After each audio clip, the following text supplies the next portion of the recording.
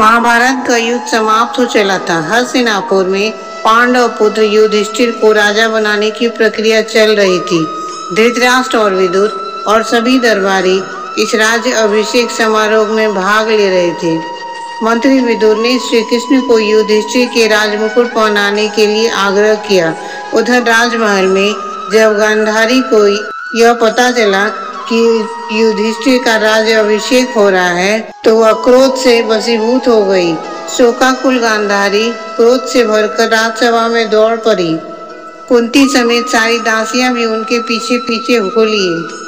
जैसे ही श्री कृष्ण ने मुकुट उठाया तो गांधारी चीख पड़ी, ठहरो वासुदेव, वासुदेव को क्यों सम्मान दिया जा रहा है? वासुदेव का तो कोई अधिकार ही नहीं है इस सम्मान का। तभी धृतराष्ट्र बोल पड़ते हैं, गांधारी, वासुदेव के सम्मान का अधिकार सबसे अधिक है। वह तो हस्तिनापुर का सौभाग्य है कि राज्य अभिषेक जैसे पावन अवसर पर वासुदेव स्वयं यहाँ उपस्थित हैं। तभी मंत्री विदुर बोलते हैं, ज्येष्ठ भ्राता उचित कह रहे हैं भाभीश्री, वासुदेव कृष्ण से अधिक शक्तिमान समग्र विश्व में कोई नहीं है। तभी गांधारी कहती है, जानती हूँ मैं कि वासुदेव नहीं होते तो पांडु पुत्रों की विजय कदापि नहीं होती और यह युद्ध भी नहीं होता। जानती हूँ मैं उनकी शक्तियों को और उनके चमत्कारों को भी। द्विज सभा में द्रौपदी की मर्यादा का रक्षण वासुदेव ने ही किया था, किंतु इतनी शक्ति के होते हुए भी क्यों यह युद्ध होने दिया? वासुदेव इतने छल, इतने कपट, इतना अन्याय क्यों होने दिया? सुनो देवकी नंदन, सुनो वासुदेव, सुनो इस आर्यव्रत से उठ रहे रुदन की ध्वनि सुनो। माता के हृदय की भूमि से दुख के तांडव को देखो। हम तो तुम्हारे हाथ की कठपुतलियां हैं, तो क्यों हमारे पास ऐसा भयानक नृत्य करवाया तुमने? कुरुक्षेत्र की भूमि पे सबसे बड़ा अधर्म तो तुमने किया है वासुदेव, तुमने। दंड के अधिकारी तो तुम हो। मैं महातपस्विनी सुबल कन्या, मैं महायोगिनी धृतराष्ट्र पत्नी, मैं महाअभागिनी गुरु राजमाता आज तुम्हें श्राप देती हूँ। तभी धृतराष्ट्र चीखते हुए कहते हैं, नहीं गांधारी, और अर्जुन भी चिल्लाते हैं, नहीं राजमाता। तब गांधारी फिर बोलती है, हाँ श्राप देती हूँ। जिस प्रकार मेरे वंश का नाश हुआ उसी प्रकार तुम्हारे आंखों के सामने तुम्हारे यादव वंश का नाश होगा। पशुओं की भांति सारे यादव पुरुष एक दूसरे का रक्त पी जाएंगे और बछड़ों के भांति सभी यादवों के बालक रन रन करेंगे। उनके आंसू पोंछने वाला कोई भी नहीं होगा।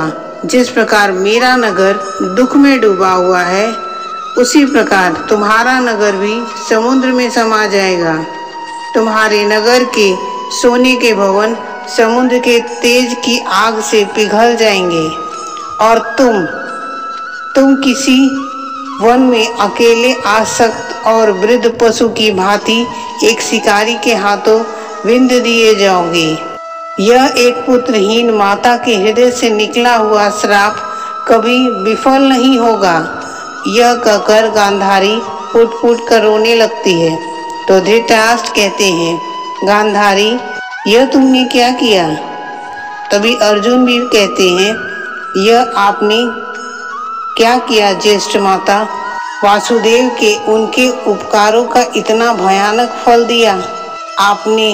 इससे उचित यह रहता कि हम 5 पांडवों को समय के अंत तक नरक की आग में जलने का श्राप दे देती, परंतु माधव को इतना भयानक श्राप देकर समग्र विश्व को आपने अनाथ कर दिया। तभी कुंती बोलती है, हाँ दीदी, आप श्राप का निवारण कीजिए। तभी गांधारी रोती हुई हाथ जोड़कर क्षमा मांगती है, मुझे क्षमा कर दीजिए वासुदेव, मुझे क्षमा कर दीजिए। मेरे 100 पुत्रों की मृत्यु ने मेरे मन को कलुषित कर दिया था। यह कहकर वह कृष्ण के पैरों में गिर जाती है।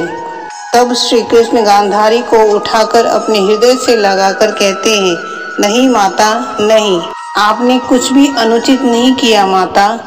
आपका क्रोध उचित है, आपकी पीड़ा स्वाभाविक है। मैंने भी प्रति क्षण इस पीड़ा का अनुभव किया है माता। कुरुक्षेत्र में जब किसी के अंग कट रहे थे तो रक्त मेरा बह रहा था। कोई व्यक्ति वीर गति को प्राप्त होता था तो अपनी पीड़ा की धरोहर मुझे देकर जाता था। विजय का सुख मैंने भोगा है माता, तो पराजय का दुख भी केवल मैंने भोगा है। मैं ही आपका शत्रु हूँ माता, किंतु मैं ही आपका मित्र भी हूँ, मैं ही आपका पुत्र भी हूँ माता, और मैं ही हूँ जिसने अश्वत्थामा को श्राप दिया, और मैं ही हूँ जो श्राप को भोग रहा हूँ। दुर्योधन की जब जंघा टूटी माता, तो वह चीख मेरी ही थी। श्री कृष्ण दुखी होकर, परंतु आंखों में एक अजीब सी चमक थी, बोले, मैंने जीवन भर माताओं के आशीर्वाद को ग्रहण किया है, तो आज ये वासुदेव कृष्ण माता के श्राप को भी स्वीकार करता है। मैं आपको वचन देता हूँ माता, जब मेरे वंश के नाश का समय आएगा, मैं स्वयं प्रथम अपने सुदर्शन से प्रहार करूंगा। तब फिर गांधारी रोती हुई कहती है, नहीं नहीं वासुदेव, नहीं, इतना भयानक श्राप ये मेरे मुख से कैसे निकल गया। तब वासुदेव कृष्ण फिर कहते हैं, नहीं माता, आपका कोई दोष नहीं था। आशीर्वाद और श्राप तो समय अपनी योजनाओं के अनुसार बुलवाता है। आपके शब्द तो केवल नियति के कार्यों में निमित्त मात्र बने हैं। बस यादवों का विनाश भी अनिवार्य ही है। तब कुंती कहती है, कृष्ण, यह तुम क्या कह रहे हो? यादवों का नाश अनिवार्य है? कृष्ण, यादवों का नाश अनिवार्य है कृष्ण, वो तुम्हारे अपने हैं। उनकी सुरक्षा के लिए तुमने कितना बड़ा संघर्ष किया, द्वारिका नगरी बसाई, और तुम उन्हीं का नाश करोगे। तब श्री कृष्ण कहते हैं, मैं नहीं बुआ, समय उनका नाश करेगा। यदि यादव भी इस युद्ध में भाग लेते तो उनका भी नाश हो जाता, किंतु वो अब भी पुरानी व्यवस्थाओं और परंपराओं के साथ जी रहे हैं, परंतु वो अधिक दिन तक अब नहीं जिएंगे। यादव स्थली नष्ट हो जाएगा। तब विदुर कहते हैं, परंतु वासुदेव, परमात्मा ने इतना बड़ा विशाल आयोजन क्यों किया?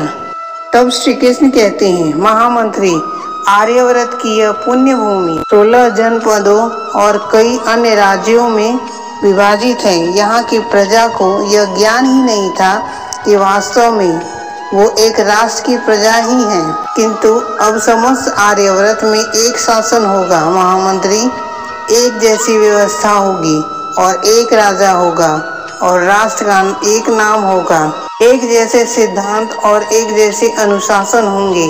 इस भूमि पर एक ही ध्वजा होगी और सबके लिए एक जैसा न्याय होगा।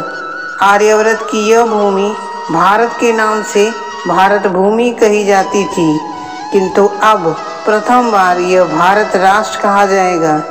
इसके बाद युधिष्ठिर का राज्य अभिषेक होता है। सभा में भव्य समारोह होता है। युधिष्ठिर और द्रौपदी राजगद्दी पर बैठते हैं। सभी खुशी और उल्लास का आनंद उठाते हैं।